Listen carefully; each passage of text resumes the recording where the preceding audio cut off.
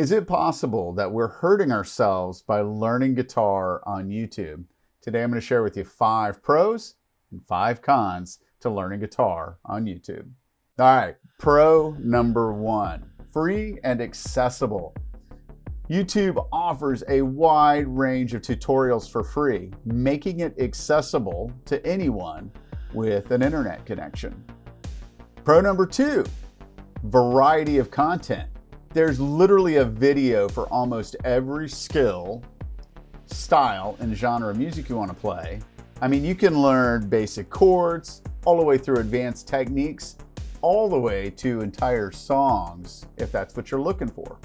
Number 3, learn at your own pace. Now that's a pretty big one to me because if you were taking a private lesson with a one-on-one instructor, you're kind of limited to the time frame that is blocked off by that instructor. So if it's a 30-minute lesson, an hour lesson, whatever, that's all you've got, and you've got to get your learning done in that time frame. But with YouTube, you can pause, rewind, rewatch a video as many times as necessary to learn the skill you're trying to learn.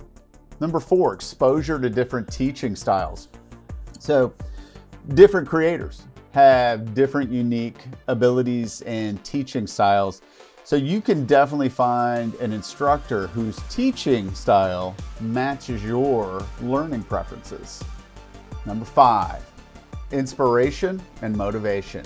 There's nothing more inspiring and motivating than watching great guitarists or creators on YouTube. It definitely puts a fire underneath you to get you wanting to pick up your guitar and practice. And set goals. Now let's talk about some of the cons. So number 1, lack of structure. So videos are not always going to be organized into a step-by-step curriculum. Let's say like, method books would be, or even like how a private one-on-one teacher would have things organized, hopefully, which can lead to gaps in your learning. Meaning that if you hear about some exotic scale, let's just say that you hear something about harmonic minor, and then you do a search on harmonic minor and you start watching videos on harmonic minor, but you don't have a solid foundation on just the basics of major scale theory and all of the minor scales and modes that are included into that, you might find that you've learned an exotic sounding scale, but you may not know how to use it on a regular, consistent basis, which kind of makes it weird that you've learned something like that. So lack of structure, to me, can lead to gaps in your learning and your progress. Number 2, no personalized feedback. So you don't get direct feedback on your technique or progress, which can lead to development of bad habits. So as you're sitting there watching Marty music, or you're watching Rick Beato, or any of the great creators that we all love, they're not going to be able to tell you that, hey, you're doing that wrong right there, or you got your hand placement a little incorrect, or don't do that with the pick, things like that.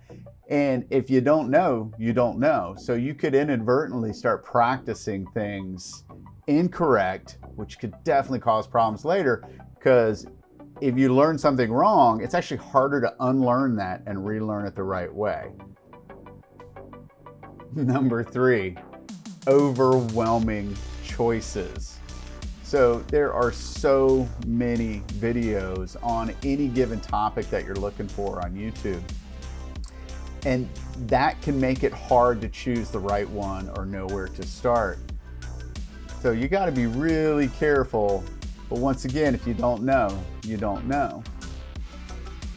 Number 4, the quality varies. Not all tutorials are accurate or well produced. Poor quality videos can lead to confusion or ineffective practice. I know as I have started on this YouTube journey, I feel like I've made some good videos, but I've also made some that I kind of wish I hadn't made, but I think that's all part of the learning process.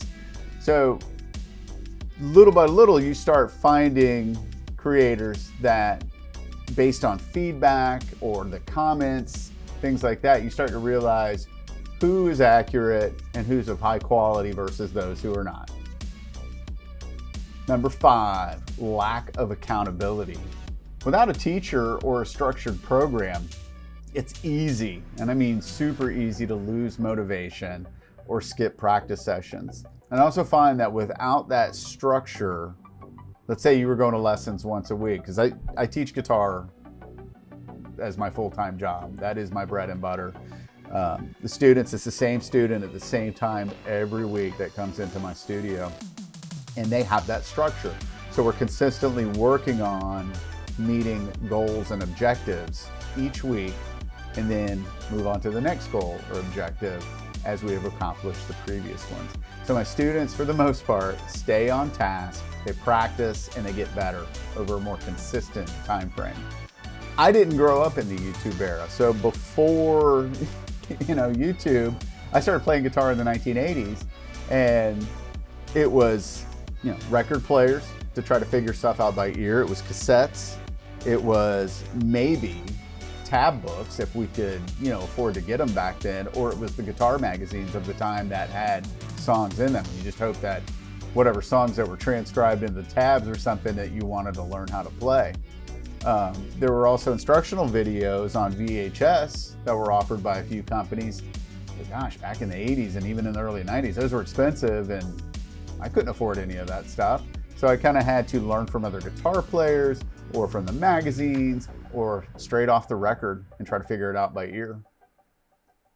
Now I'm going to give you 5 tips for effective learning on YouTube, at least to try to make it as effective as we possibly can.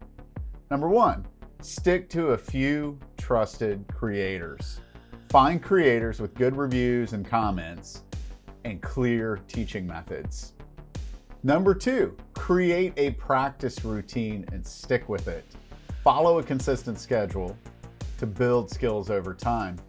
Don't expect to continuously grow as a guitar player if your practice is inconsistent, meaning, you might practice for an hour once a week. It's better to spread it out over every day if possible. And I know life interrupts, we can't always pick up the guitar every day. But it's better to do 10 minutes every day than an hour once a week, in my opinion. Number 3, supplement with other resources. Use apps, books, or online courses to fill in the gaps. Now, a lot of the big creators, they all offer courses. And I know that's something that eventually I want to start getting into, is developing courses and offer them to viewers like you.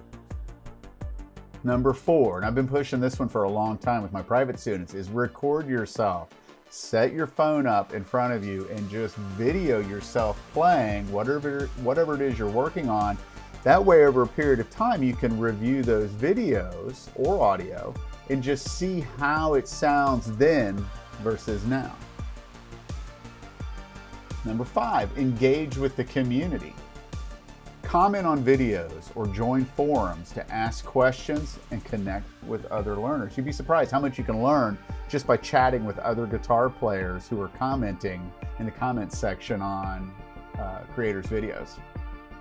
Now, YouTube can be a very powerful tool for learning guitar if used thoughtfully and with some discipline. Let me know in the comments down below some of the ways that YouTube has either helped you benefit on the guitar, or it's been a problem and caused some hindrances to your guitar playing. I'd love to see what you guys think about learning on YouTube.